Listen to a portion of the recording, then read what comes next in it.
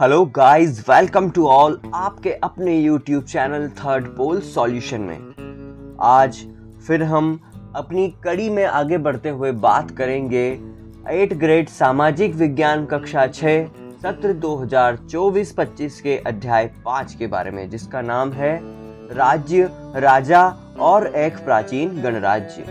दोस्तों, इसके पहले प्रश्न पर आते हैं। इसका पहला प्रश्न है, चित्रित धूसर पात्रों पर चित्रकारी सामान्यतः पाई जाती है। इसका उत्तर है ऑप्शन डी, सरल रेखाओं और ज्यामितीय आकृति की। प्रश्न नंबर 2 पर आते हैं।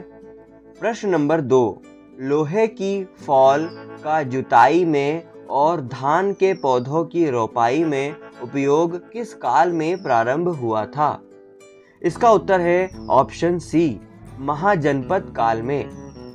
प्रश्न नंबर 3, महाजनपद काल के राजगृह और पाटलिपुत्र किस वर्तमान राज्य में स्थित हैं? इसका उत्तर है ऑप्शन सी, बिहार में स्थित हैं।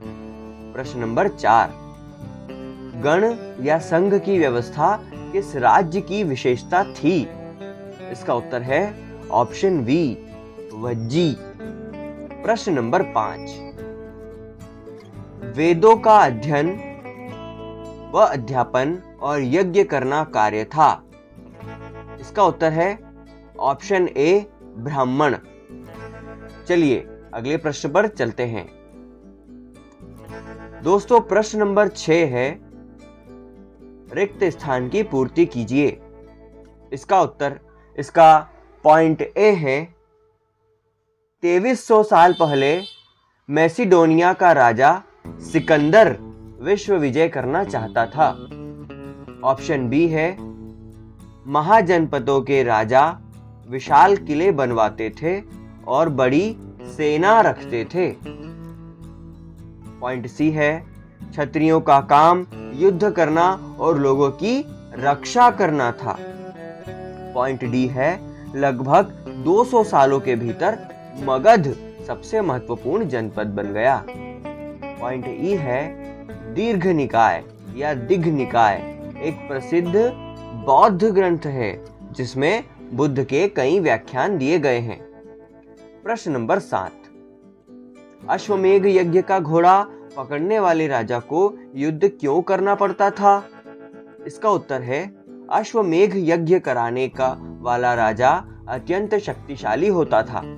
अगर अश्वमेध यज्ञ के घोड़े को किसी अन्य राजा द्वारा रोक लिया जाता था, इसका अर्थ है कि उसे अश्वमेध यज्ञ करने वाले राजा से युद्ध की चुनौती को स्वीकार करना होगा।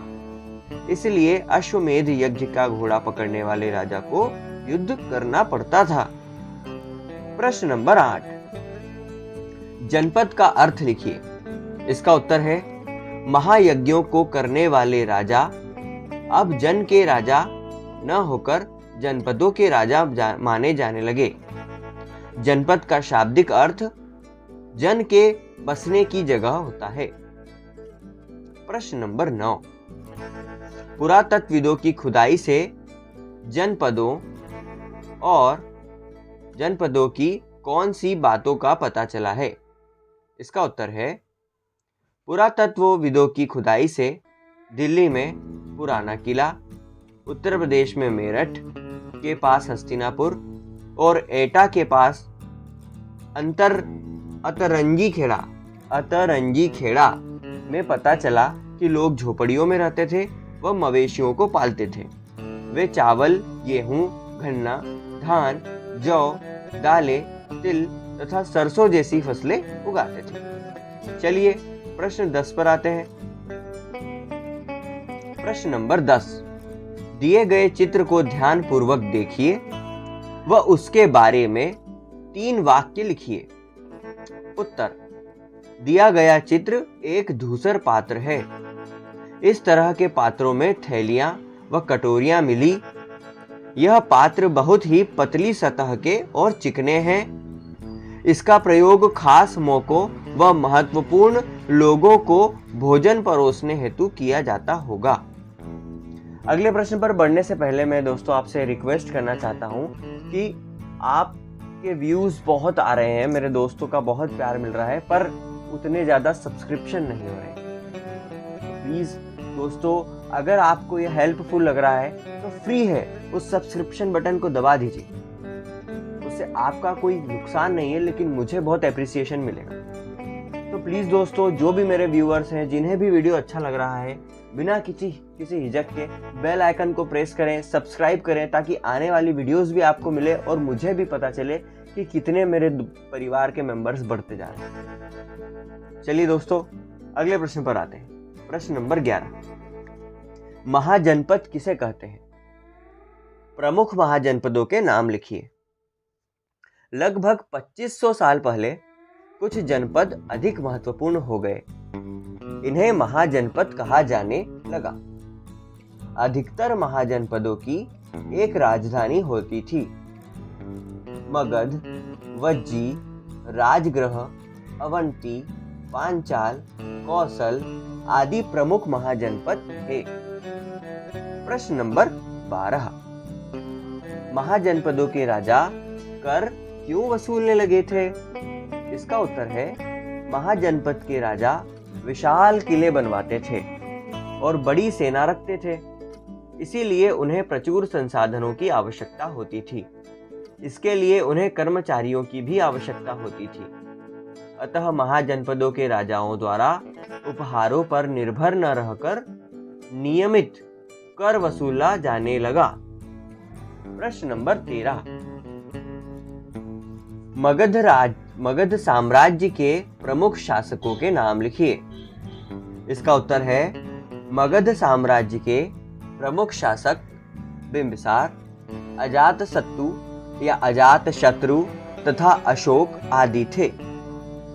अगले पेज पर आते हैं। प्रश्न नंबर 14, महाजनपद काल में कृषि के क्षेत्र में क्या परिवर्तन आए? इसका उत्तर है, महाजनपद काल में कृषि के क्षेत्र में 2 महत्वपूर्ण परिवर्तन आए।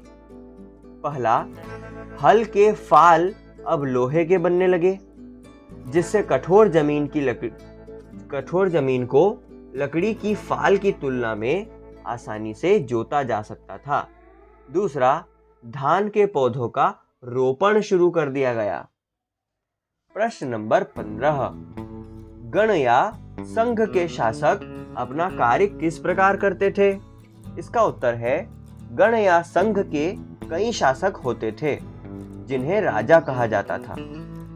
ये सभी राजा विभिन्न अनुष्ठानों को एक साथ संपन्न करते थे। सभाओं में बैठकर बातचीत, बहस और वाद विवाद के जरिए तय करते थे समस्या को कैसे हल किया जाए।